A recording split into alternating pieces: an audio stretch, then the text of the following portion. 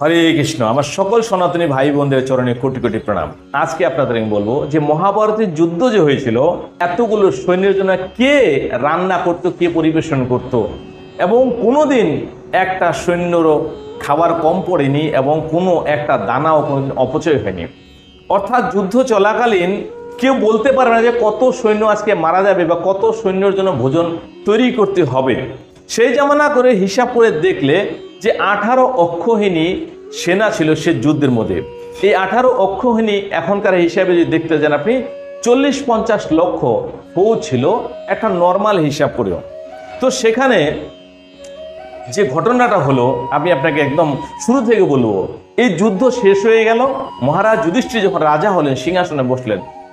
রাজা হওয়ার পরে যেই ব্যক্তি ছিলেন এই রান্নার দায়িত্বে, ওনাকে ডাকলেন যে 18 দিন ধরে তো যুদ্ধ হলো, এত সৈন্য মারা গেল, তারপরে আপনি কি করে এমনভাবে পরিষেবা দিলেন যে কোনো একদিনও একজনের খাবার কম হয়নি এবং কোনো একদিনও এক দানা অন্ন নষ্ট হয়নি? এটা আপনি কি করে করতে পেরেছেন? আমার কাছে তো অবাক লাগছে। এই দায়িত্ব আপনি কি করে পালন করলেন?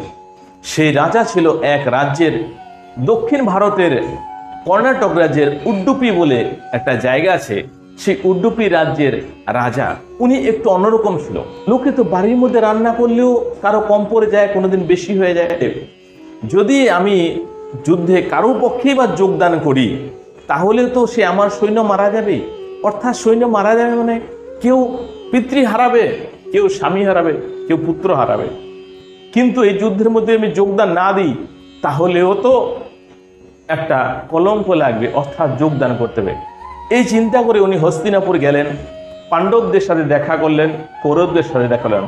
দুজনেই ওনাকে টানার চেষ্টা করলো, কিন্তু ওনার মাথায় ঢুকলো না। তখন বিবেচনা না করতে পেরে ভগবান শ্রীকৃষ্ণের সাথে গিয়ে দেখা করলেন।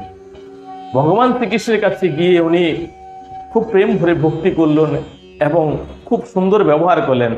তারপরে বললেন যে হে বাসুদেব, যদি আপনি আমাকে কিছু বলার আজ্ঞা দেন, তাহলে আপনি আপনার সামনে একটা প্রস্তাব রাখবো। তখন ভগবান শ্রীকৃষ্ণ দেখলেন লোকটার ব্যবহার এত ভালো, তখন ওকে সুযোগ দিলেন যে আপনি বলুন আপনার কি প্রস্তাব আছে। তখন উনি বললেন, দেখুন, এই যুদ্ধ হচ্ছে ভাই ভাইয়ের মধ্যে, আমি ভাই ভাইয়ের যুদ্ধের মধ্যে পড়তে চাই না। আমি যদি তাদের দুই পক্ষেরই আহারের বন্দোবস্ত করে দেই, অর্থাৎ রান্না পরিষেবা করি, তাহলে তো আমার যুদ্ধে যোগদান করা হয়ে গেল এবং আমার সৈন্যরাও কেউ মারা গেল না, অর্থাৎ আমার রাজ্যটা সুকুশল থাকলো। তখন ভগবান শ্রীকৃষ্ণ চিন্তা করে দেখলেন তোমার প্রস্তাবটা খুব ভালো, কিন্তু এই ব্যাপারে আমি তো ভীমসেনকে ভেবেছিলাম, কিন্তু ভীমসেন তো সরাসরি যুদ্ধের মধ্যেই নিয়োগ হয়েছে।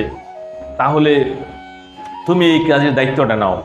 তোমার আগের দিনই সেই উড্ডপী রাজা তার সমস্ত সৈন্যদের নিয়ে রন্ধনশালায় গিয়ে উপস্থিত হলেন এবং রান্নার সমস্ত ব্যবস্থা করলেন।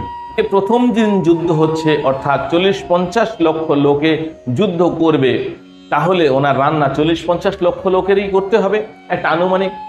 সে উনি রান্না করলেন এবং সবাই গ্রহণ করলেন, তাতে কোনো কম বেশি হলো না।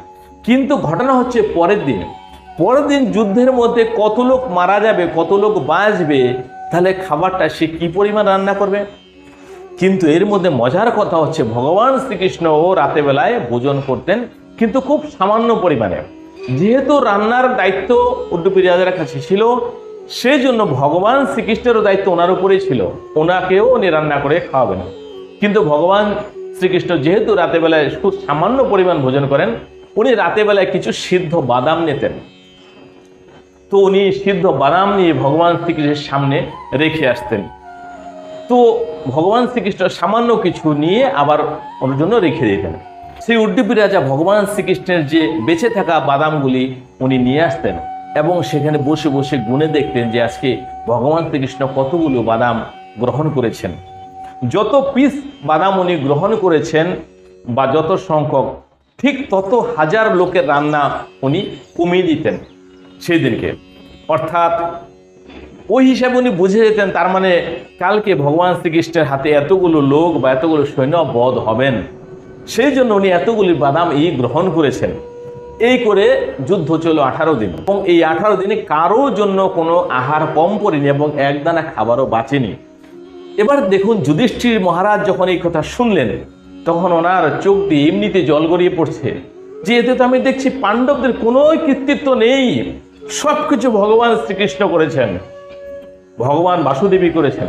কুন্তিপুত্র রাজার মুখে মহারাজ যুধিষ্ঠির শুনছেন, তখন ওনার চোখ দিয়ে টপ টপ করে জল পড়ছে আর বলছেন, হে বাসুদেব, আমাদের পাণ্ডবদের তো এই যুদ্ধের মধ্যে কোনো রকমের কৃতিত্ব নেই, ভগবানই বলে দিয়েছে যে আজকে কতগুলো লোক সংহার হবে, কতগুলো লোক আহত হবে বা নিহত হবে, এবং ভগবানই আমাদের বাঁচিয়ে রেখেছে এবং সেই কৌরবদের সংহার করেছে। অর্থাৎ ওনার হাতেই সবকিছু, জন্ম মৃত্যু মরণ দুঃখ সুখ সবকিছু ওনার হাতে।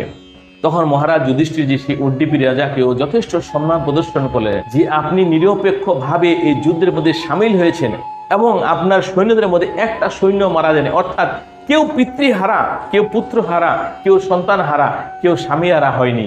আপনার কত জ্ঞান বিবেচনা বুদ্ধি, এবং এতগুলো লোকের পরিষেবা দেওয়ার জন্য আপনি ভগবানের আশ্রয় নিয়েছিলেন, সেজন্যই এত বড় মহৎ কাজ করতে পেরেছেন। অর্থাৎ আমি দেখতে পাচ্ছি যে জগতের মধ্যে যা কিছু হচ্ছে ভগবান শ্রীকৃষ্ণই তার অধিষ্ঠাতা, ভগবান শ্রীকৃষ্ণ সত্যি সত্যি উনিই ভগবান এবং জন্ম মৃত্যুর ডোর ওনার হাতেই। এই ছিল আজকের সেই মহাভারতের কাহিনী। যদি কথাগুলো ভালো লাগে, কাহিনী ভালো লাগে, অবশ্যই লাইক করবেন, কমেন্ট করবেন। এই চ্যানেলে যদি প্রথমবার হন অবশ্যই সাবস্ক্রাইব করে নেবেন। এবং সেই জন্য বলছি, ভগবান শ্রীকৃষ্ণের শরণে যে একবার এসে যায় সে ফেল হতে পারে না জীবনে, যে কোনোভাবে ভগবান আপনাকে জেতাবে। আর ভগবান শ্রীকৃষ্ণ হচ্ছেন পরমেশ্বর ভগবান, ওনার কথাতেই এই সমগ্র বিশ্ব একবার প্রলয় হচ্ছে, একবার সৃষ্টি হচ্ছে, আর উনি পালনকর্তা, উনি সংহারকর্তা, উনি সবকিছু। হরে কৃষ্ণ সদা বলো হরি হরি, হরে কৃষ্ণ কৃষ্ণ